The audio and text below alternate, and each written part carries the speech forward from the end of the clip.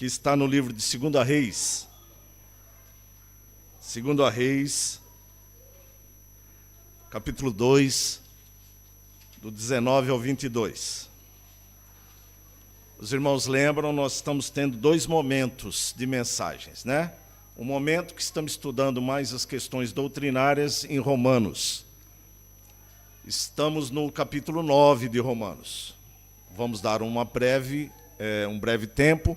Durante este mês, vamos estudando os milagres de Eliseu. Como nós podemos ver os milagres de Eliseu apontando para a igreja. Então, durante este mês, nós vamos estar a ver alguns milagres de Eliseu, ou realizados através de Eliseu. E hoje nós vamos ver o primeiro milagre, que está no capítulo 2, no versículo 19 até o 22. 2 Reis 2, do 19 ao 22. Eu vou convidar a igreja mais um momento a se colocar em pé, é um texto curto, nós vamos fazer a leitura. Os homens da cidade disseram a Eliseu: eis que é bem situada esta cidade, como vê o meu senhor, porém as águas são más e a terra é estéril. Ele disse: trazei-me um prato novo e pondo nele sal. E lhe o trouxeram. Então saiu ele ao manancial das águas e deitou o sal nele e disse: assim diz o Senhor, tornei saudáveis estas águas, já não procederá daí a morte, nem esterilidade. Ficaram, pois, saudáveis aquelas águas até o dia de hoje, segundo a palavra que Eliseu tinha dito. Vamos ter mais um momento de oração. Senhor, nós te agradecemos, ó Pai, pelo culto que estamos a tributar ao Senhor. Obrigado pelos louvores, obrigado, Senhor, pelas orações, obrigado, Senhor, pelas ofertas. Mas agora nós precisamos, Senhor, ó Deus, ouvir a Tua voz. Que o Senhor possa usar o Teu servo para expor com fidelidade a Tua palavra. Em nome de Jesus. Amém. Graças a Deus. Irmãos, podem sentar. Eu vou pedir para o Vitor aqui, olha. Fecha esta porta do batistério, a porta lateral. Fecha todas as portas. Senão eu vou fazer aqui uma confusão, né? Senão daqui a pouco a gente vai querer estar lá junto com eles. Muito bem.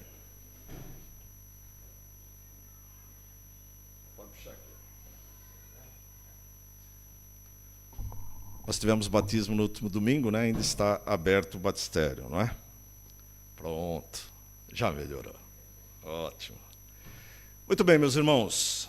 Nós, então, como eu disse, vamos dar uma breve pausa em Romanos, mas vamos logo voltar, né? Que é importante que a igreja possa estudar as doutrinas cristãs, né? Mas vamos agora também passar um pouco para ver como no Antigo Testamento já havia ali a revelação de Deus através dos milagres, e o que é que Deus queria literalmente transmitir à igreja através dos milagres. Porque nós gostamos muito de ver os milagres, né, na Bíblia, né? Nós olhamos e vemos todo aquele agir de Deus. E ficamos felizes, e devemos ficar felizes, o nosso coração deve se alegrar.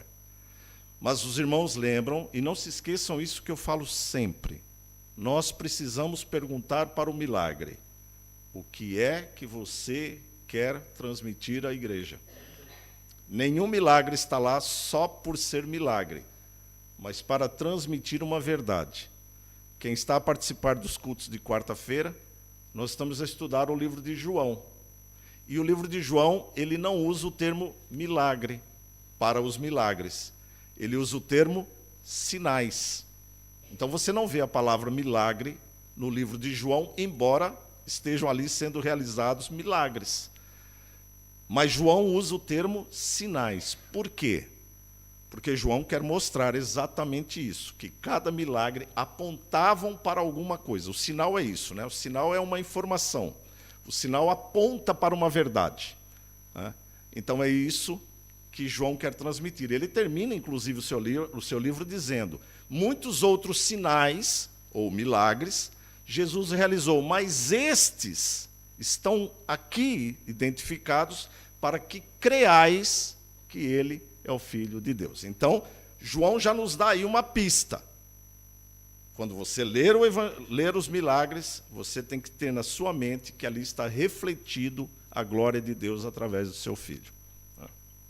E aqui no Antigo Testamento, os milagres também tinham esta questão de mostrar o poder de Deus através dos milagres realizados.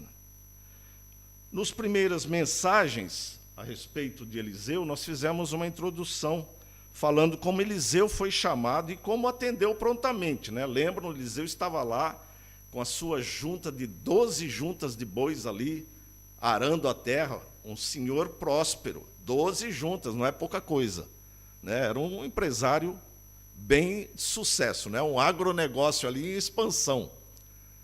Mas quando ele foi chamado, ele literalmente se desprendeu do seu passado. Diz a palavra do Senhor que ele pegou ali as colunas que os bois tinham para andar juntos, que eram de madeira, fez uma fogueira, matou todos os bois, fez um churrascão, serviu para os seus funcionários e disse adeus. Ou seja, o verdadeiro chamado, aquele que literalmente ouve a Cristo, as coisas velhas passaram. Ninguém fica preso, naquele tempo, como faziam lá os hebreus, lembrando do Egito. Viveram 400 anos escravos, mas lembravam das cebolas. Então, o que Eliseu fez aqui é mostrar que ele deixou tudo para trás, distribuiu e não levou nada, a não ser a roupa que ele tinha do corpo. Depois nós vemos que ele caminhou com Elias como um discípulo disposto a aprender com o seu mestre. Isso levou aproximadamente 10 anos. Às vezes a gente acha que a pessoa é chamada e no outro dia está a pregar, ou está a fazer obras, ou está a fazer... Não, não é assim. Não é assim que funciona. As pessoas são chamadas, mas precisam se preparar. Precisam estar bem preparados. Nesse período não se ouve ou não se lê nada a respeito de Eliseu. Não tem uma mensagem, não tem uma frase a respeito de Eliseu durante 10 anos. Ou seja, ele estava nesse tempo a aprender. E quando nós estamos a aprender, nós não estamos a falar. Existe um amigo nosso lá no Brasil, chamado Pastor Paulo, Pastor Paulo, e ele tem uma frase lá que eu acho interessante, Ele diz assim: aquele que não está pronto para sentar e aprender, não está pronto para levantar e falar. Ou seja, primeiro você tem que aprender, para depois falar. E é o que nós percebemos aqui, num livro extremamente delicioso de leitura, que é o livro de Reis. Ou seja, depois da morte de Elias, Eliseu agora está pronto para ser o novo líder, o que vai substituir o profeta Elias. E, inclusive, ele já começa a ter discípulos. É o que nós falamos há pouco. Discípulo faz discípulo. Você, quando se converte, no instante em que você compreende o amor de Cristo em você, você começa a expressar esse amor de Cristo. É claro que você precisa de um tempo para aprender, poder falar. Quem estava aqui na aula das 9, ouviu o Vitor a dizer que as pessoas muitas vezes ouvem coisas que depois deturpam. Por isso que nós precisamos aprender com a fidelidade. Alguns acontecimentos importantes nos chamam a atenção nos últimos momentos de Elias e nos primeiros momentos de Eliseu. Elias levou Eliseu para a região da além do Jordão. Tudo isso está aqui no livro de 2 Reis, você pode ler, que está tudo escrito aqui nos primeiros capítulos. Ou seja, para ir na região da além do Jordão era necessário atravessar o Jordão. Então Elias abre as águas e eles atravessam a pé seco. E agora estão do outro lado. Está ele e Eliseu. Lá do outro lado, o que acontece? Vem um carro de fogo e arrebata Elias. E Elias vai embora. E agora Eliseu está do outro lado. Como é que ele vai voltar para o outro lado? Tem que atravessar o Jordão. O primeiro teste estava ali diante dos olhos dele. Ou seja, agora ele precisava pôr em prática aquilo que ele tinha aprendido. E tudo isso que nós estamos a dizer aqui, se você não estava aqui presente nessas mensagens, você pode entrar no YouTube da igreja e lá você pode ver as mensagens foram pregadas a respeito de tudo isso que eu estou a dizer aqui, tá bem? Então, agora Elias precisava voltar para a região de Israel, que era da além do Jordão. E Eliseu viu como Elias usou da sua fé para abrir ali as águas. Então, o que ele faz? Ele pega o dote que ele havia pedido, que era a capa, pega a capa de Elias, e com a capa de Elias, ele fere as águas, ele toca as águas, e ele diz: onde está o Senhor, Deus de Elias? Está no versículo 14 do capítulo 2. Essa é a pergunta que ele faz. Quando ele faz isso, as águas separam-se. E ele então passou novamente a pé seco. Ele chega então do outro lado, e logo depois do outro lado do Jordão, o que é que tinha? Jericó. Lembram dessa cidade? Essa foi a primeira cidade que Josué viu quando ele foi entrar na Terra Prometida. É a mesma história. Josué também fez isso, também atravessou o Jordão, também Deus abriu as águas, ele atravessou, e a primeira cidade que ele deparou do outro lado era a mesma cidade que agora Eliseu também estava a observar, que era Jericó. Esta cidade, ela tinha sido amaldiçoada por Josué, para que ninguém a reconstruísse. Está em Josué 6, 26. Ou seja, Jericó era uma cidade que estava debaixo de uma maldição. Aquele que reconstruir essa cidade seja maldito. Quem é que foi reconstruir a cidade? Acabe, um outro rei, que levou Israel a pecar poderosamente, juntamente com a sua esposa Jezabel. Também é uma história conhecida, os irmãos podem ler em 1 Reis. Ou seja, Israel estava debaixo de uma maldição. Israel estava debaixo de pecado. Israel estava afastado de Deus. Mas agora ele estava ali, diante daquela cidade. E Jericó, já quando ele chega em Jericó, as pessoas que estão ali já reconhecem Eliseu como sucessor de Elias. Já sabem que ele era o novo profeta. Então, quando ele chega do outro lado, os habitantes, sabendo que ele era um profeta de Deus, procuram-no e colocam diante dele uma questão, uma situação que prejudica a cidade. Então, percebam que, embora ela tivesse sido reconstruída, ela continuava debaixo de uma maldição. Então, nós vemos que Eliseu se propôs a solucionar o problema. Qual era o problema da cidade? As águas não eram potáveis, não se tinha como tomar as águas. E numa cidade que está numa região desértica, se a água não é boa, pronto, há um problema seríssimo. Quem é que vai morar numa região desértica, onde a água não pode ser tomada, não é uma água potável, possa ser consumida? Então nós temos um problema sério, a cidade não se desenvolvia.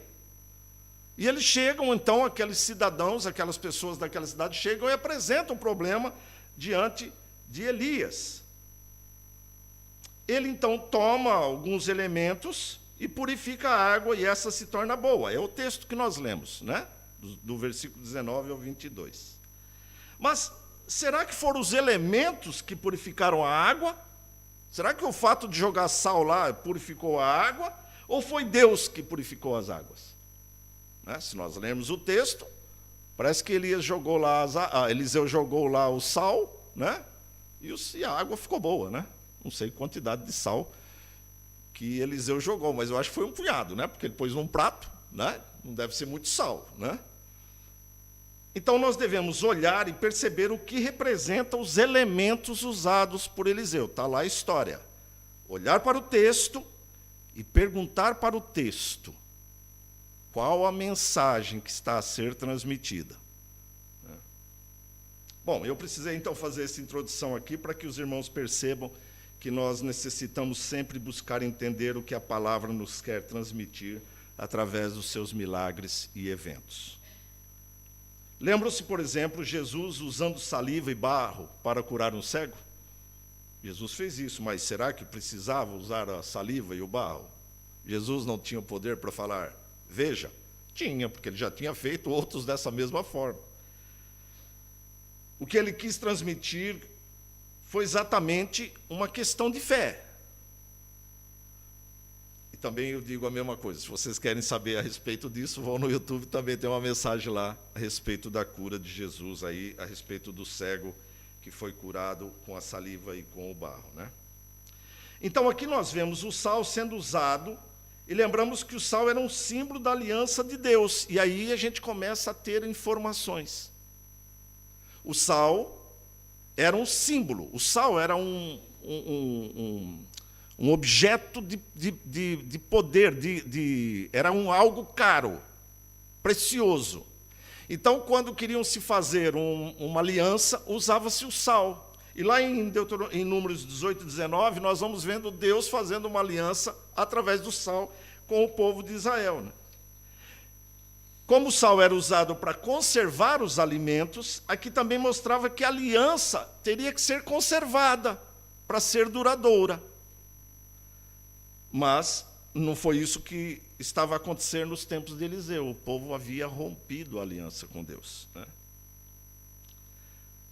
Também nós vemos essa questão do sal, né? Há um ditado, não sei se aqui é esse ditado popular, né? Que diz que se você quer conhecer alguém, você tem que comer 1 quilo de sal com ela, né? Não sei se vocês conhecem esse ditado, né?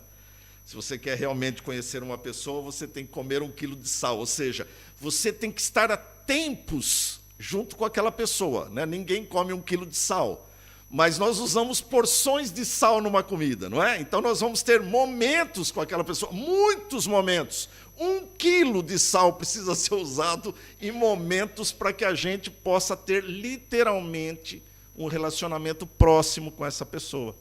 É isso que esse ditado quer dizer, né? Ou seja, há necessidade de um relacionamento duradouro. Nós somos chamados hoje para expressar o amor de Deus aos homens num relacionamento duradouro.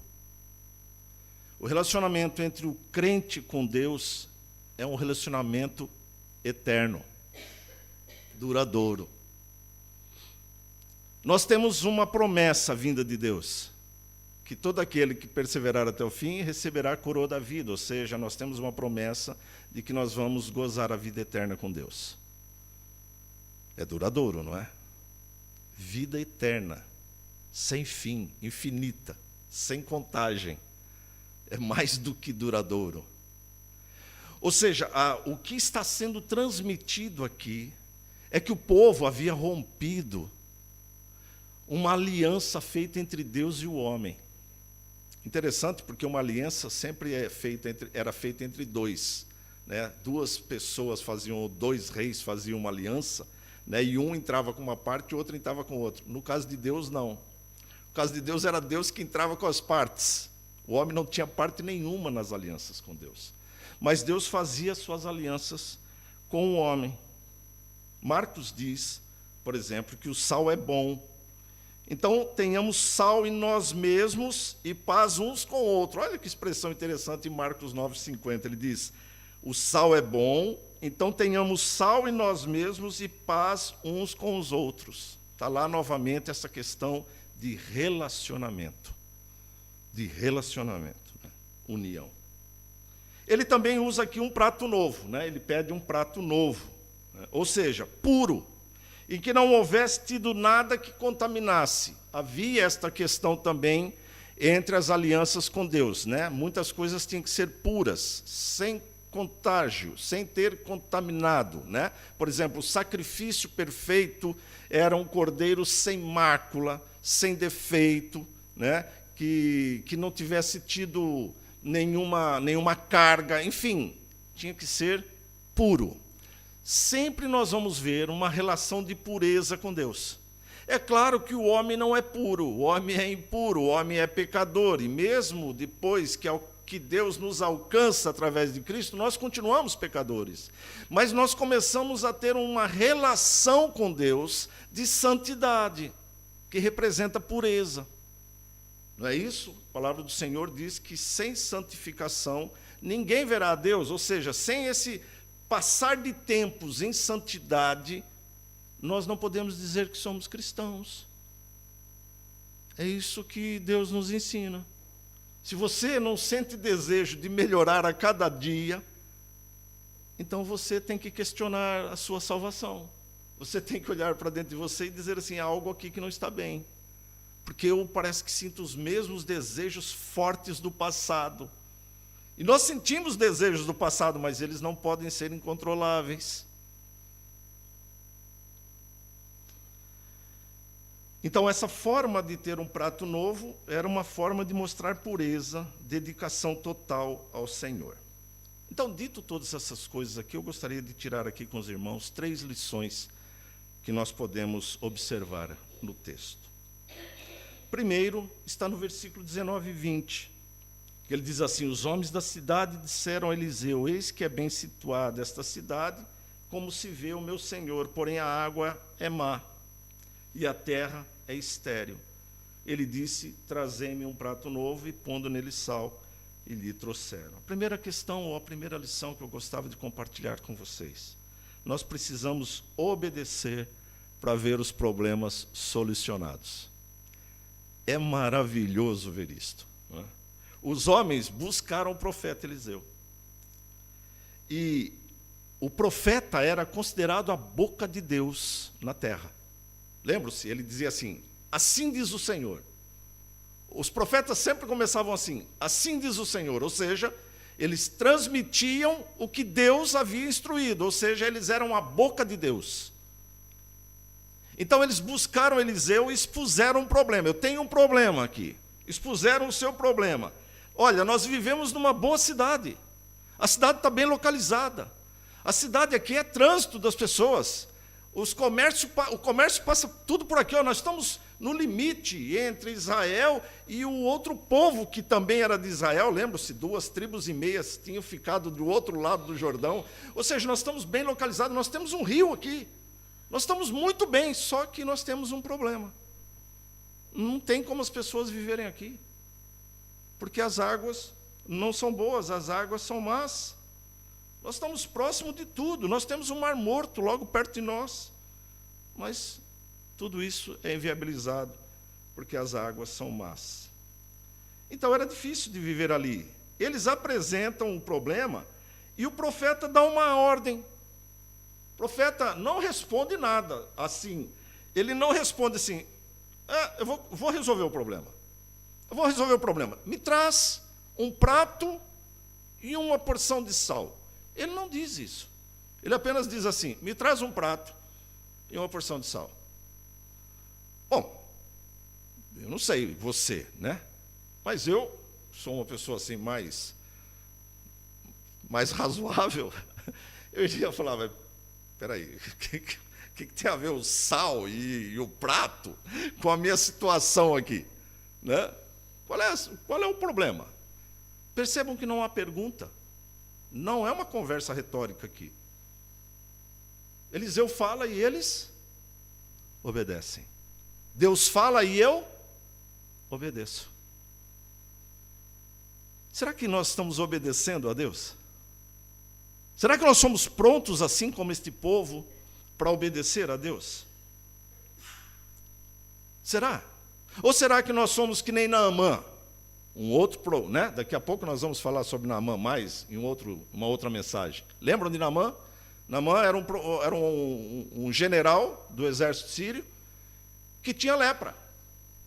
Mas ele tinha lá uma miúda que havia sido capturada de Israel. E a menina fala, olha, se o meu senhor conhecesse um profeta que tem lá em Israel, estava resolvido o problema dele. E ele vai. Está resolvido, eu vou lá. Aí chega lá, o profeta nem o recebe. Só manda dizer assim, fala lá para ele ir lá e mergulhar 7 vezes no Rio Jordão e vai embora para a casa dele. Ele fica furioso. Eu pensei que ele ia clamar os seus deuses, eu pensei que ele ia se voltar para o seu Deus, ia, sei lá, se chicotear, fazer uma promessa, fazer qualquer coisa. Não, ele não fez nada, nem me recebeu. Esse homem não é digno. Aí um servozinho dele lá falou, Senhor, se ele tivesse falado para o senhor fazer coisas difíceis, assim o senhor ia fazer? Talvez, tipo assim, olha, sobe o Monte Everest de costa. E lá em cima você vai... Se tivesse pedido uma coisa difícil, você teria feito? Teria. Então, pô, mergulha aí no Jordão. Ah, mas nós temos rio melhor lá em Damasco. Mergulha no Jordão. E ele mergulha. Mas antes ele duvidou. Será que muitas vezes nós também não somos assim, incrédulos com a palavra? Nós lemos a palavra e diz assim, ah, mas isso não é para agora, isso aqui é para aquele tempo. Isso aqui é lá na cultura de Paulo. Isso aí não é para hoje, não. Hoje é outro jeito. Será que não é assim que nós recebemos a palavra de Deus? O que nós aprendemos aqui, o que eu gosto de transmitir aqui, é exatamente o que Deus espera de nós, que obedecer é melhor do que sacrificar. Está em 1 Samuel 15, 22. Obedecer é melhor que sacrificar. Nós, por causa da nossa situação, por causa do tipo de pessoas que hoje nós somos, por causa da sociedade em que nós vivemos hoje, nós achamos que tudo precisa ser adquirido. Tudo precisa ser adquirido. Eu preciso fazer alguma coisa, porque eu não quero nada de graça. Eu não quero nada vindo de alguém se eu não fizer alguma coisa, nem de Deus. E aí, diante dessa sociedade em que nós vivemos, a gente acha que precisa fazer alguma coisa. Eu preciso fazer um sacrifício, eu preciso fazer uma peregrinação, eu preciso fazer alguma coisa para ser digno. Não é isso que a palavra diz. A palavra diz que não é preciso fazer nada. Pelo contrário, ele diz que você não fez nada. É pela graça que nós somos salvos, e isso não vem de vós, não vem das obras, para que ninguém se glorie, dizendo assim, eu recebi, mas eu fiz. Não, eu recebi a bênção lá, mas eu fui no culto. Não é nada disso, meu irmão. Não é nada disso. O que eu aprendo aqui desta pequena passagem é que quando o profeta diz, ou seja, quando a palavra de Deus diz, eu ouço e cumpro, obedeço. Só isso. Segunda lição que nós precisamos aprender aqui é que é necessário ir na fonte do problema. O versículo 21a diz assim, então saiu ele ao manancial das águas. Ou seja, a palavra manancial aqui também pode ser traduzida a origem da fonte. Ele foi lá na cabeceira. Ele foi lá onde nascia a água. Né? E ele, então, derramou ali. Ou seja, o que nós aprendemos é que nós precisamos tratar os problemas aonde está o mal, na raiz. Na raiz. Não basta tratar o mal. É necessário curar o mal.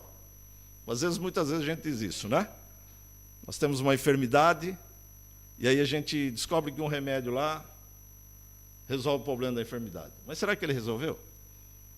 Bom, não vou falar que 100% não, mas em uma grande parte ele não resolve, ele é paliativo, ele tira o seu problema na hora. Você tem uma dor de cabeça, você não sabe a origem, toma um remédio para dor de cabeça, a dor de cabeça passa. Mas e o problema? Foi resolvido? Pode ser que não. Porque o problema pode ser um fígado que está com problema, pode ser um problema de coluna que você não sabe, ou seja, nós não identificamos a raiz do problema. O que eu vejo aqui é que na nossa vida espiritual também funciona assim. Às vezes nós deixamos que mágoas se perpetuem em nossas vidas e um dia elas brotarão como águas numa nascente que virão contaminadas. Uma fonte contaminada pode ser representada por tristeza, insegurança, vícios, pecados. Tudo isto é decorrente de uma vida maltratada. Mas quando nós estamos diante de Deus, nós ficamos fragilizados. E quando nós nos apresentamos e pedimos ao Senhor, então Ele entra com providência e nos cura. Essa é a cura.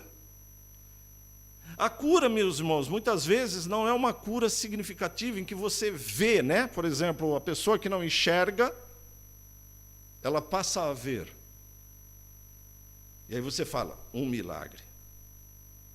Mas, muitas vezes, há pessoas que são mais cegas do que um cego. E a palavra do Senhor fala isso para nós. Ele diz isso para nós. Ele fala, Jesus lá em João, ele fala isso, ele diz assim, vocês não veem, porque são piores que cegos. E como é que uma pessoa que vê e não vê? É aquela pessoa que tem o seu coração contaminado pelo mal. Ou seja, essa pessoa precisa ser tratada dentro de si. Interessante, porque quando Moisés também saiu do Mar Vermelho, o primeiro problema que ele teve à frente, qual foi? Águas amargas, Mara. E lá, Deus falou, pega esses galhos aí, pega essa madeira e joga na água, ela vai ficar boa. Moisés jogou lá e a água ficou boa, né? E ali nós vemos Deus se revelando como Jeová Rafá, né? Ou seja, o Deus que sara. Então, nós vemos aqui uma semelhança nos casos, né? Moisés atravessou o mar e o deserto, encontrou essas águas, Eliseu atravessou o Jordão e encontrou essas águas, mas Deus está sempre se revelando perante um povo rebelde. Igualzinho o que aconteceu. Ou seja, nós precisamos ir sempre em Deus para buscar a cura dos problemas da fonte. A pior coisa que pode ter no coração de uma pessoa é a raiz de amargura. A raiz de amargura é um mal que se espalha de tal forma que depois é difícil de arrancar. É como um cancro. Ele se alastra de um jeito que depois é difícil de tratar. O que nós vemos aqui nesta passagem é exatamente a prontidão do tratamento. Eliseu mostra que ele vai à fonte do problema, ele vai na raiz do problema. Será que nós temos buscado a solução em Deus para o que está na raiz dos nossos problemas? Porque nós temos rapidez de ver, observar os nossos problemas. Eu não tenho emprego. Alguém diz assim, eu não tenho emprego, está difícil de arrumar emprego. Tá, mas você tem qualificação? Não tenho qualificação nenhuma. Não, mas você se sujeita, não tendo qualificação, a receber um salário menor? Não. Então, nós temos um problema na raiz. Né? O teu problema tem uma raiz. Você não tem qualificação e não quer se sujeitar a uma pessoa que não tem qualificação. Você não se aceita pelo fato de não ter qualificação. Então, se eu não tenho qualificação, eu tenho que olhar para dentro de mim, e eu estou dando aqui um exemplo esdrúxulo, né? Eu tenho que olhar para dentro de mim e falar assim, eu não tenho qualificação, então eu tenho que pegar o que aparecer na minha frente. E aí vou viver feliz. Vou viver feliz. Por que as pessoas não vivem felizes nos seus empregos? Porque elas não são gratas ao seu emprego. Esse é o grande problema. Eu estou dando aqui, literalmente, um exemplo bem banal. Mas isso pode ser em coisas muito mais difíceis. É você não se aceitar como você é. E muitas pessoas não se aceitam como ela é. E eu não estou aqui a falar na questão de pecado, nada disso. Estou a falar da pessoa. Ou seja, ela vai criando sempre um problema maior.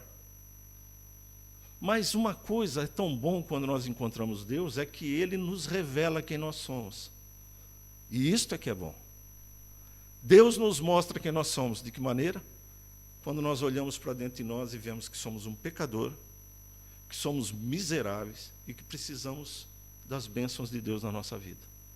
Aí nós começamos a nos aceitar e buscar a Deus.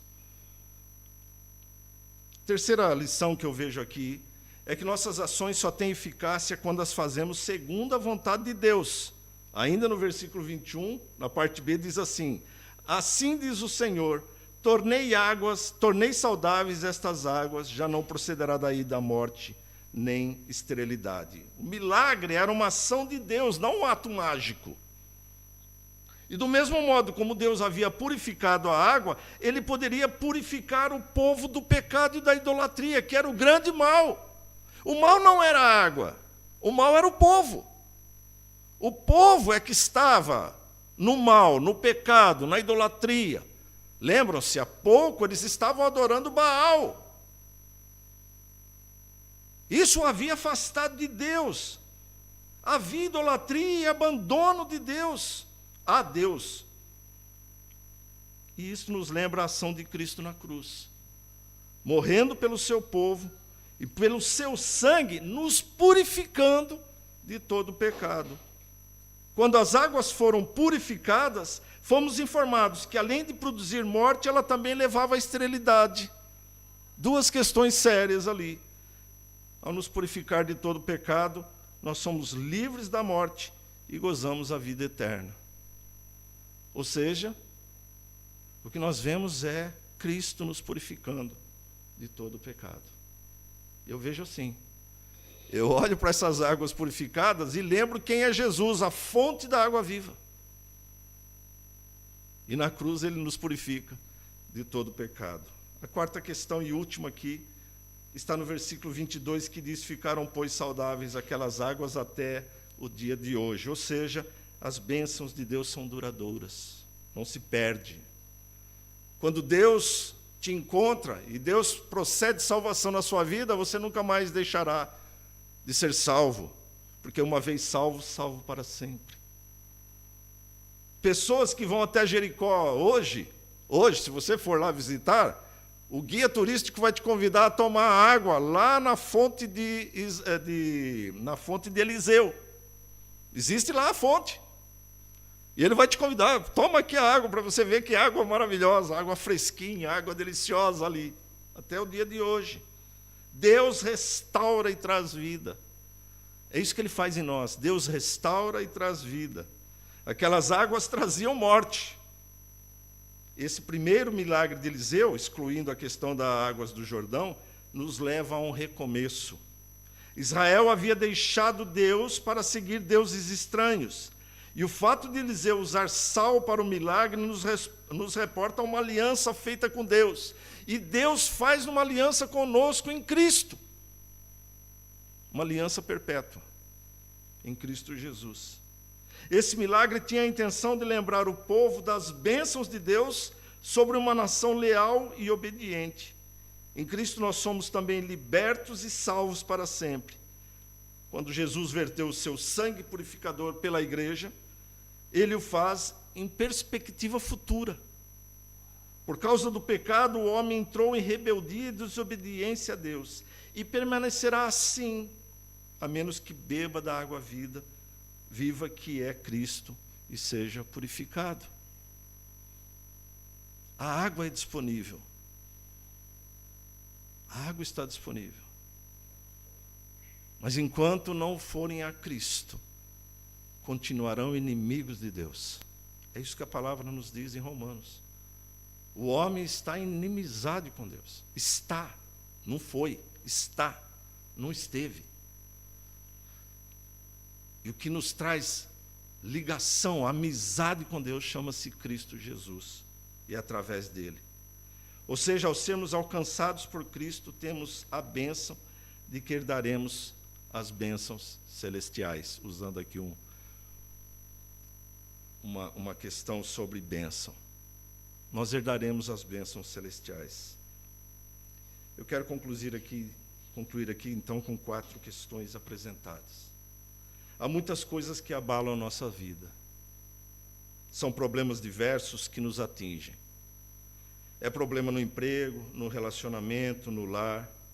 E muitas vezes vamos tentando resolver com soluções emergenciais, quando deveríamos buscar a fonte do nosso problema. Tratar na fonte. E quando buscamos esse tratamento, ele passa necessariamente por Deus. Não há outra forma. Ele é a nossa melhor solução. A segunda conclusão: as nossas ações devem ser efetuadas de acordo com a vontade de Deus. O profeta pegou o sal e lançou na água, mas ele disse: assim diz o Senhor. O que havia restaurado a vida foi a ação de Deus. Ou seja, toda a sua vida está debaixo da ação de Deus. O que pode restaurar, o que pode transformar, modificar a sua vida, passa por Deus. Essa passagem deveria servir para nos mostrar como Deus está sempre restaurando o que está mal. Se você tem passado por momentos difíceis, talvez é porque você ainda não se voltou para Deus. Precisa fazer isso, urgentemente. Terceira conclusão, ou terceira lição que ainda podemos tirar aqui. Aquelas águas amargas traziam morte para aquela cidade. Deus restaurou o valor das águas e assim Jericó prosperou. Se você depois buscar conhecer a história antiga de Jericó, vai ver que foi uma cidade importante do Oriente Médio. Estamos em campanha de missões e sabemos que todos têm necessidade de ouvir a palavra. O mundo está como aquela cidade, o mundo se encontra como aquela cidade, vivendo em meio à morte. Pombal,